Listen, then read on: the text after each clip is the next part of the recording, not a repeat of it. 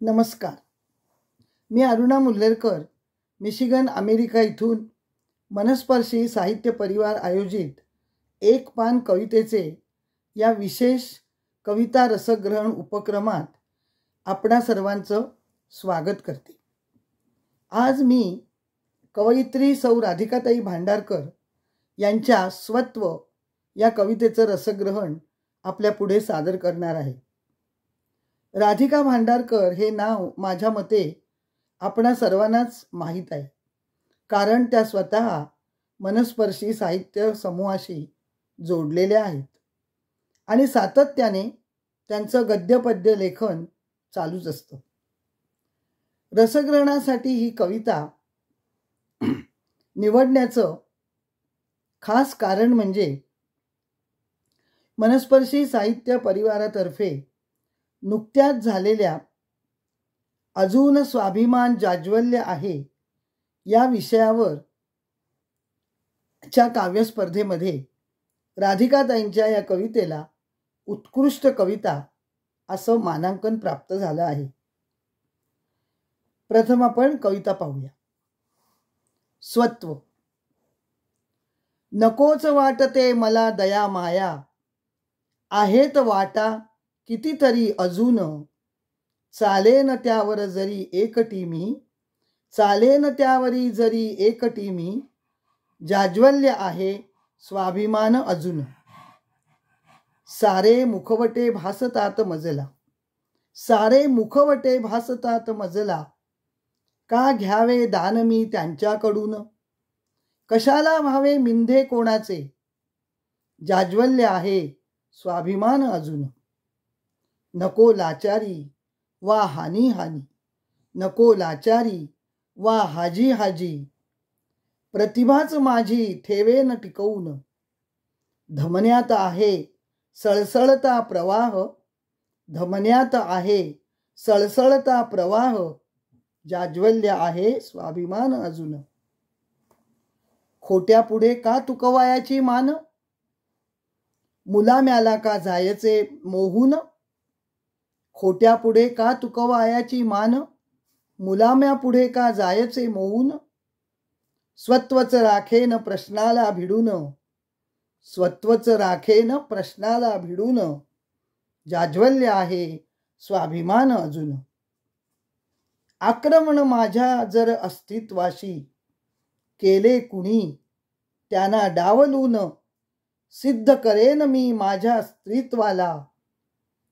आक्रमण माझ्या जर अस्तित्वावरी केले कुणी, तर त्यांना डावलून सिद्ध करेन मी माझ्या स्त्रीत्वाला, जाज्वल्य आहे स्वाभिमान अजून. जाज्वल्य आहे स्वाभिमान अजून.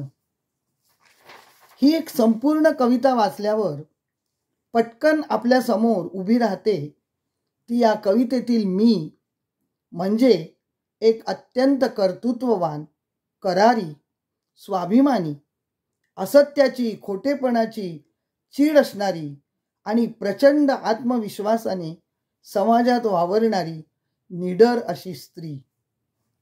या स्त्रीमध्ये मला माझी आजी दिसली आणि म्हणून ही कविता मला अधिक जवळची वाटली आणि म्हटलं ह्याच कवितेचं रसग्रहण करायचं.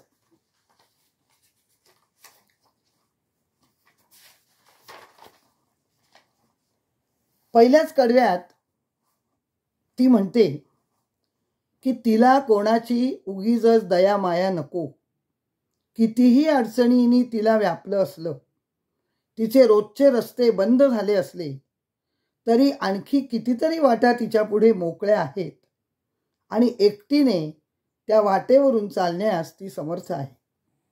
कोणाच्याही सहानुभूतीची तिला गरज नाही, कारण तिचा स्वाभिमान अजूनही जाज्वल्य आहे.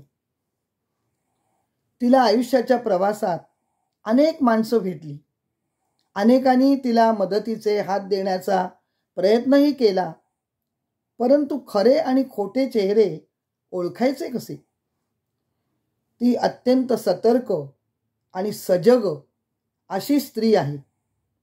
मुखवट्याच्या मागचा चेहरा तिला दिसत असावा. म्हणून त्या मायावी कांचन मृगापाठी ती पळणारी नाही आणि म्हणून तिच्या आयुष्यात येणारे अनेक जण तिला वरवरचे मुखवटेच वाटतात. शिवाय ती म्हणते की स्वतः सक्षम असताना उगीच कोणाचे उपकार घेऊन मिंध तरी का व्हायचं. कितीही संकटे येऊ देत तरी तिच्या कर्तृत्वाने समाजात मिळवलेली तिची प्रतिमा तिला टिकवून ठेवायची आहे आणि म्हणूनच तिला कोणाची लाचारी नको, ती कोणाची हाजी नको. ती म्हणते, धमन्यात आहे सळसळता प्रवाह, जाज्वल्य आहे स्वाभिमान अजून. हे जग, ही माणसं म्हणजे वरवरचा मुलामा आहे. या मुलाम्याला मोहून मी खोट्याची साथ देणार नाही. त्यापुढे माझी मान तुकवणार नाही. स्वत्वाला सांभाळून मी खोटं पितळ उघडं पाडीन. स्वत्वच राखेन प्रश्नाला भिडून. या स्त्रीमध्ये आत्मविश्वास किती असावा. स्त्री आहे म्हणून मला तुम्ही कमी समजू नका. माझ्या अस्तित्वावर जर कुणी हल्ला केला तर याद राखा, अशी ती तंबी देते समाजातील ह्या माणसांना. मी माझं स्त्रीत्व त्या क्षणी सिद्ध करेन, असे ती समाजातील पुरुषांना आव्हान देत आहे. या ठिकाणी मला सीतेच्या अग्निदिव्याची प्रकर्षाने आठवण झाली. आज स्त्री ही कोणत्याच क्षेत्रात तसूभरही मागे नाही. असं असून सुद्धा कितीतरी निर्भया आपण पाहतो. राधिकाताईंची ही कविता अशा विकृतींना शह देणारी आहे. ही कविता वाचताना आपल्याही नसानसातून रक्त उसळतं. या मनोवृत्तीचा अगदी संताप येतो. हेच या कवितेचं यश आहे. वीररसाची एक सकारात्मक दृष्टिकोन असलेली ही कविता आहे. यात तसे कोणतेही काव्यमय शब्द नाहीत, परंतु साध्या शब्दातूनही अंगार फुलणारे असे हे काव्य आहे.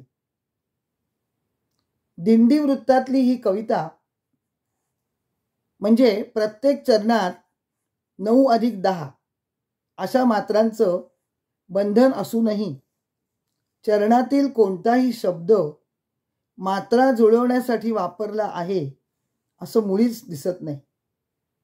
धमन्यात आहे सळसळता प्रवाह, सहज 9 आणि 10 मात्रा होऊन गेले. कुठे ओढून ताणून शब्द आणलाय असं वाटत नाही. मात्राबद्ध असूनही किती चपखल बसले आहेत हे शब्द. हीच तर कवीची खरी परीक्षा आहे. राधिकाताई याही परीक्षेला यशस्वीरित्या उतरलेल्या आहेत. त्यांनी अशाच विविध विषयांवर प्रकाश टाकणाऱ्या कविता लिहाव्या आणि वाचकांचं मनोरंजन करावं. त्याचबरोबर काही समाज प्रबोधनही करावं. मी त्यांना त्यांच्या पुढील लेखन प्रवासासाठी सुयश चिंतिते. आपल्याला हे रसग्रहण कसं वाटलं? व्हिडिओ आवडला असल्यास मनस्पर्शीच्या यूट्यूब चॅनलला नक्की सबस्क्राईब करा.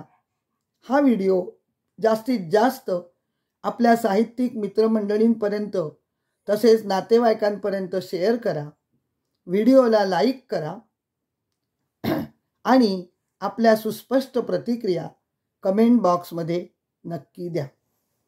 धन्यवाद.